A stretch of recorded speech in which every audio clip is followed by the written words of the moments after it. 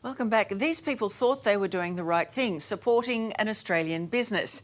But now they say this popular furniture chain left them thousands of dollars out of pocket with nothing to show for it. And it's absolutely disgusting what they have done to so many people.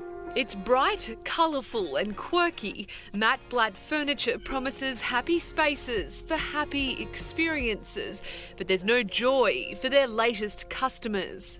I was shocked and extremely angry that Matt Blatt has no consideration or loyalty for its customers. I think that's pretty low.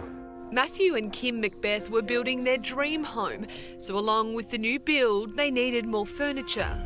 So we purchased dining tables, chairs, all sorts. They spent $7,000 in January at Matt Blatt to furnish their whole home.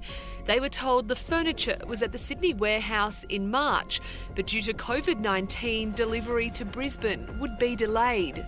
We assumed, of course, having paid for it, that it was ours and sitting there ready to go. But how wrong they were when they called to arrange delivery.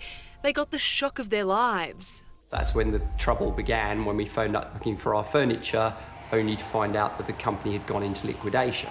At the start of the COVID crisis, Batum Trading Co., which ran Matt Blatt, shut all its 15 stores around Australia. By April, it was in financial trouble.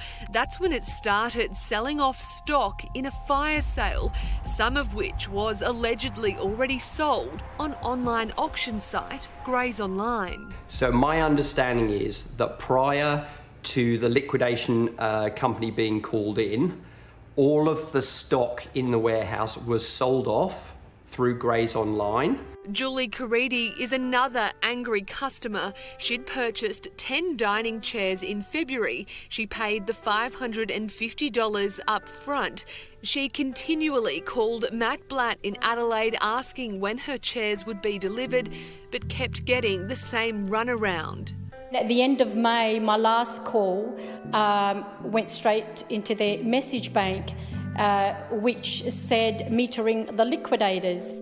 After selling off the stock, Matt Blatt Furniture was sold to online retailer Kogan for $4.4 million. But the sale was only for the intellectual property and goodwill and didn't include any stock or liabilities. After Kogan bought the brand, it announced it would be permanently closing the shop fronts and switching to an online-only business. It also announced any sales prior to the change would not be honoured. As for the former company that ran Matt Blatt, it was placed into liquidation just a week after the multi-million-dollar sale.